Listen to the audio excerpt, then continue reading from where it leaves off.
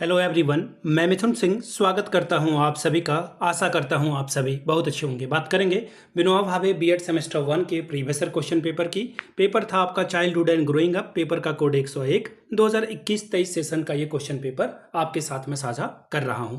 आगे बढ़ें उससे पहले मैं आपको बता दूं, पिछले 5 साल के जितने भी प्रीवियस ईयर क्वेश्चन पेपर हैं, सारे क्वेश्चन पेपर की पीडीएफ आपको 49 रुपये में प्रोवाइड कर दी जाएगी।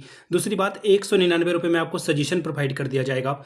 अब ये सजेशन क्या होता है? सजेशन यानी कि वेरी वेरी इंपॉर्टेंट क्वेश्चन, ऐसे सवाल जो एग्जाम के पॉइंट ऑफ व्यू से बहुत इंपॉर्टेंट है, आंसर के साथ आपको प्रोवाइड कर दिया जाता है।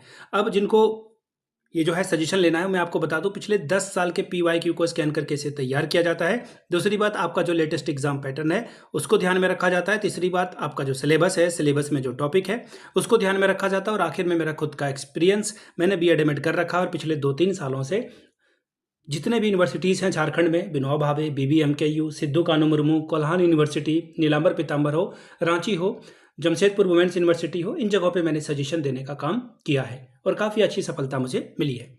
अगर आप भी सफलता के भागीदार बनना चाहते हैं तो यहाँ से मेरी ईमेल आईडी आप देख लें, yourmithunsingh@gmail.com पे आप मुझे मेल कर सकते हैं। इंस्टा पे अगर आप डू फॉलो मी @imithunsingh, वहाँ की आप मुझे व्हाट्सअप कर सकते हैं 7979054474 पे। तो चलिए आगे बढ़ते हैं और चाइल्डहुड एंड ग्रोइंग अप के क्वेश्चन पेपर को देखते हैं कि किस तरह का सवाल जो है एग्जाम में पूछा गया था 21-23, यानी कि आपकी परीक्षा 2022 में हुई थी। उसी का पेपर आपके साथ में साझा करने वाला हूं। यहाँ से आप देख पाएंगे विनोबा भावे सेमेस्टर 1 के लिए 1 लिखा हुआ है और पेपर नंबर 1 के लिए भी यहाँ पे 1 लिखा हुआ है। 3 आवर्स का वक्त मिला था, 3 घंटे का। 80 नंबर आप यहाँ से ला सकते थे। चलिए ग्रुप ए की बात करते हैं। तो ऑब्जेक्टिव टाइप के सवाल आपसे पूछ लिए गए थे, कितने? 10 दूनी 20 नंबर आपको यहाँ से मिलेगा, यानी कि 10 2 R 20 स्कोर आप यहाँ से कर सकते हैं। और ये काफ़ी इंपॉर्टेंट है, MCQ का सही होना बहुत जरूरी है। विकास के प्रत्येक चरण की सामाजिक अपेक्षा डैश कहलाती है। The social expectation for every step of a development is known as development road, growth, maturation या फिर डेवलपमेंटल टास्क, यानी कि विकास कार्य इसे कहा जाता है। तो देखिए, सोशल की दृष्टि से अगर आपको देखना है तो डेवलपमेंटल टास्क इसे कहा जाएगा, यानी कि ऑप्शन नंबर आपका 4 सही होगा। देखिए ऐसा क्यों होता है वो आप समझ लें। सबसे पहली बात है कि इसके बारे में रॉबर्ट ने कहा था कि जो डेवलपमेंटल टास्क हैं वैसे टास्क जो किसी भी इंडिविजुअल यानी कि किसी भी व्यक्ति के जीवन के एक समय के अगले कार्य की सफलता पर मिलती है। खुशी हो, दुख हो, ये सब कुछ यहाँ पर शामिल है। असफलता में उसे दुखी वो हो जाएगा, और अगर उसे जो है सोशल जस्टिफिकेशन नहीं मिलेगा। जैसे कि आप देखना, सरकारी नौकरी का जो क्रेज़ है सोसाइटी में, अगर आप पढ़ाई आपने बहुत की है ना, और आप एक गवर्नमेंट जॉब नहीं ले पाते हो तो आपकी औकात हैसियत गाँव में नहीं रहेगी। भले ही आप किसी कंपनी के CEO बन जाओ, ठीक है, और गाँव में कोई एक पियून बना हुआ है, तो दोनों में भी देखना वो सरकारी नौकरी वाले को जो है ज़्यादा तवज्जो देते हैं। कहने का मतलब है कि सोशल जो है एक स्टिग्मा चिपक गया है। आगे देखिए क्या बोला गया है, which of the following is the sequence of a growth of an individual, यानी कि निम्नलिखित में से कौन सा व्यक्ति के विकास का सही क्रम है।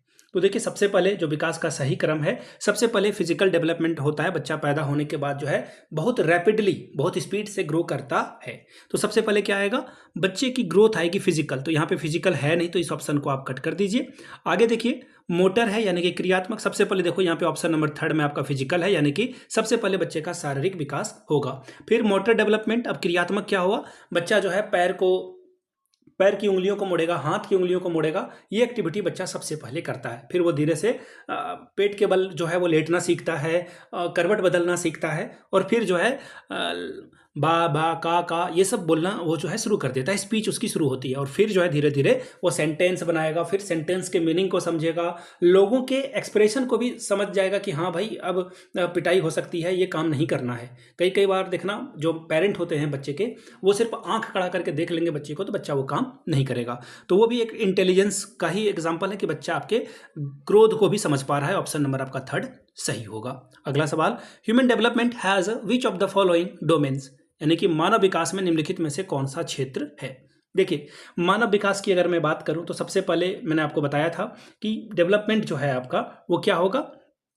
सबसे पहले मैंने आपको बताया था कि ये फिजिकल जो है सबसे पहले होता है। मानव विकास जो है सबसे पहले फिजिकली वो डेवलप करता है। बच्चा पैदा होने के बाद फिजिकल जो है उसका सबसे पहले डेवलपमेंट होगा। फिर पर्सनालिटी डेवलपमेंट होगी, ठीक है। फिर वो जो है स्पिरिचुअल डेवलपमेंट होगा, और फिर भावुक है। यहाँ पर मुझे लग रहा है कि इमोशनल पहले आना चाहिए, स्पिरिचुअल बाद में आना चाहिए। देख लेता हूँ मैं, स्पिरिचुअल को सबसे लास्ट में रखना मेरे हिसाब से ज़्यादा सही होता, बट कोई नहीं, यहाँ पे नहीं है। तो इस हिसाब से जो है ऑप्शन नंबर आपका, एक सेकंड, हाँ यहाँ ये रहा ऑप्शन। सबसे पहले बच्चे का जो है शारीरिक विकास होगा, फिर वो सोशल जस्टिफिकेशन, वो सोशल में जाएगा, समाज में जाएगा, फिर कॉग्निटिव डेवलपमेंट होगा और फिर इमोशनल डेवलपमेंट होगा। बिल्कुल सबसे सही जवाब ये होगा। हाँ एक और बात, इसमें अगला जो डेवलपमेंट होगा वो स्पिरिचुअलिटी की आएगी, यानी कि जो है वो शांत रहना ज़्यादा पसंद करेगा। देखना आप जो है फटाफट आंसर देना चाहते हो, सबसे पहले हाथ उठाकर आप क्लास में आंसर देना चाहते हो, लेकिन जब आप स्पिरिचुअल हो जाते हो ना तो आप चुपचाप रहना पसंद करते हो। आपको आंसर पता है, आप बस मुस्कुराते हो। गौतम बुद्ध की बहुत सारी कहानियां आप देखना, जहाँ पे गौतम बुद्ध को लोग जो है भला बुरा कह रहे हैं, गालियां उनको पड़ रही है, फिर भी वो चुपचाप मुस्कुराते रहते थे। तो उन्होंने स्पिरिचुअलिटी को प्राप्त कर लिया है। उन्हें पता है कि ये चंद शब्द उनके पर्सनैलिटी को टच नहीं कर सकते हैं, उन्हें जो है नीचे घसीट नहीं सकते हैं। तो वो उतना ऊपर उनका स्टेचर हो चुका था। तो फिलहाल आंसर आपका ऑप्शन नंबर 4 होगा। पहले फिजिकल, फिर आपका सोशल डेवलपमेंट होगा। देखिए सोशल डेवलपमेंट के बारे में वाइगोस्की साहब ने बहुत सारे बात की है। कॉग्निटिव डेवलपमेंट के बारे में जो है जीन पियाजे ने बहुत सारा जो है बात किया था। ठीक है, इमोशनल के बारे में किसने बात किया है, नीचे कॉमेंट करके बताइएगा। बाय द वे एक बुक मैं आपको रिकमेंड कर देता हूँ, इस वीडियो के डिस्क्रिप्शन में आपको वो मिल जाएगा, EQ। देखिए आपके EQ की वजह से आप बहुत पीछे रह जाते हो। कोई आपको चिढ़ा देता है, या किसी ने कोई कार खरीद ली, या उसके घर में टेलीविज़न बड़ा सा आ गया, तो या फिर मोबाइल आईफोन ले लिया किसी ने, तो आप जो है उससे जलन आपको महसूस होती है। भले आप पब्लिकली ना बोलो, लेकिन फिर भी आपको एक अंदर ही अंदर जो है लगता है ऐसा। तो आपको EQ की कमी है, EQ अपना बढ़ाएं। इमोशनल क्वेश्चन आपको बढ़ाना है। IQ तो सबका ठीक ठाक है भाई, IQ से ज़्यादा इंपॉर्टेंट मेरे हिसाब से EQ होना चाहिए। आप इमोशनल डेवलपमेंट होकर के, अगर आपके पास 1,000 रुपये, कोई गेस्ट आपके यहाँ आया, कोई रिलेटिव आपके यहाँ आया और आपके हाथ में 1,000 रुपये थमा गया, फटाफट आप शॉपिंग ऐप खोलते हो और कुछ ना कुछ खरीदना शुरू कर देते हो। वजह क्या है, EQ आपका कम है, रैशनल थिंकिंग आप नहीं कर पा रहे हो। तो EQ के ऊपर जो है एक बुक मैं आपको रिकमेंड कर चुका हूँ, डिस्क्रिप्शन बॉक्स से आप परचेज कर सकते हैं। मेरी माने प्लीज़ खरीदें। एटॉमिक हैबिट भी एक बहुत ही बेहतरीन किताब है, वो भी आप पढ़ सकते हैं। मैंने बहुत सारी किताबें पढ़ी है, इसलिए आपको ये बातें मैं रिकमेंड कर रहा हूँ। एग्जाम के बाद पढ़ना, ठीक है, बुक आप खरीद लो बट एग्जाम के बाद। पहला सवाल, question number D, at what stage does letter childhood exist. बाद का बचपन किस अवस्था में होता है। देखिए बाद वाली बचपन की बात की जा रही है, तो 6 से 12 जो है आपका सही जवाब होगा ऑप्शन नंबर 3। देखिए 6 से 12 वाली अवस्था को क्या कहा जाता है, ये समझिएगा। देखिए 6 से 12 वाली अवस्था को जो है उत्तर बाल्यावस्था कहा जाता है, ठीक है। और इसमें क्या होता है, बच्चा स्कूल जो है जाना शुरू कर चुका होता है और उसका सोशल जो कॉन्टैक्ट है वो बढ़ जाएगा। वहाँ पे तरह तरह के जो बैकग्राउंड के बच्चे आएंगे, वहाँ पर वो खेलेगा बच्चों के साथ। यहाँ पे क्या है कि वो अपने आस पड़ोस में ही खेल रहा होता है। स्कूल जाने से बच्चा का डेवलपमेंट और ज़्यादा होता है। अगला सवाल, who said childhood is a unique period of a human life. Statement वाले सवाल ना आपको पता है तो आपको पता है, नहीं पता है तो नहीं पता है। आपको चारों ऑप्शन सही लगेगा। बाल्यावस्था जीवन काल का सबसे अनोखा काल है, यह बात किसने कही थी। तो देखिए कोल और ब्रूस के द्वारा यह बात कही गई थी। जीन पियाजे नहीं होगा, आंसर आपका हो जाएगा ऑप्शन नंबर 4। नेक्स्ट सवाल है, थोड़ा सा ब्लर है, सॉरी, मेरी आवाज़ पे ध्यान देना। Erikson propose that each stage of development involve a crisis human development is. Erikson का प्रस्ताव है कि विकास के प्रत्येक चरण में एक संकट शामिल होता है। मानव विकास क्या है, क्वांटिटेटिव यानी कि मात्रात्मक, बिल्कुल है। क्वालिटेटिव यानी कि गुणात्मक, ये आंसर आपका हो जाएगा दोनों, ठीक है। जैसे सपोज कर लो कि आपकी हाइट जो है, जब आप पैदा हुए थे उस समय की हाइट, और आप अभी जो है 20 साल के हो चुके हो, 22 साल के हो चुके हो, तो आपकी हाइट जो है सेंटीमीटर में देखना बहुत सारी बढ़ चुकी है। यानी कि ये आपका क्या है, मात्रात्मक डेवलपमेंट हुआ। अब IQ भी आपका बढ़ा, है ना।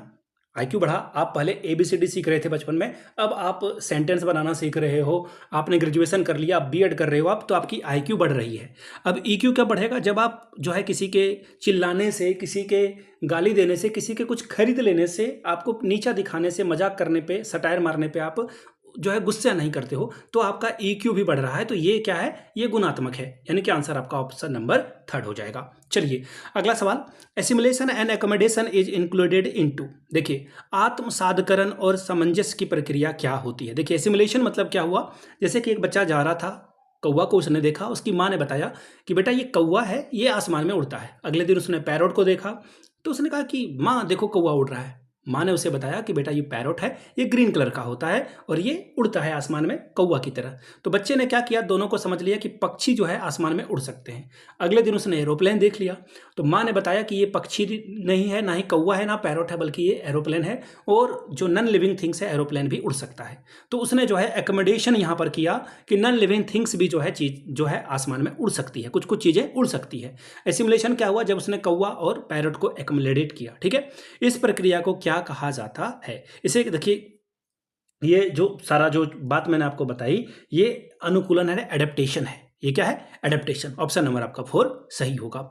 नेक्स्ट सवाल, a new born baby will be the girl if it has, देखिए एक्स एक्स होगा तो लड़की हो जाएगी, अगर एक्स वाई होगा तो वो लड़का हो जाएगा। देख ध्यान से समझिएगा, मैं आपको एक बात और बता दूं, लड़कियों के पास जो एग में क्रोमोसोम होता है वो एक्स एक्स होता है, लड़के के जो स्पर्म में एक्स वाई होता है।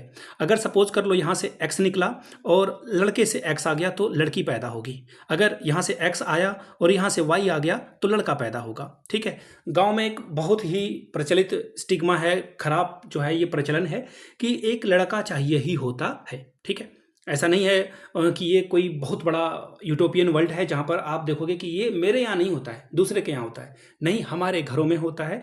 2 लड़की भी हो जाए तो लड़कियों से प्रेम कम नहीं हो रहा है, लेकिन एक तीसरा बच्चा, इवन चौथा बच्चा भी उन्हें एक लड़का चाहिए होता है। ये घर घर की कहानी है, बड़े जज की बात कर लो, बड़े ऑफिसर की बात कर लो, ये हर घर में कहीं ना कहीं आपको दिखेगा। बाकी जो बहुत ही मतलब बहुत ज़्यादा जिनका EQ बढ़ चुका है वो इन चीज़ों में नहीं पड़ते, लेकिन ये रियलिटी है।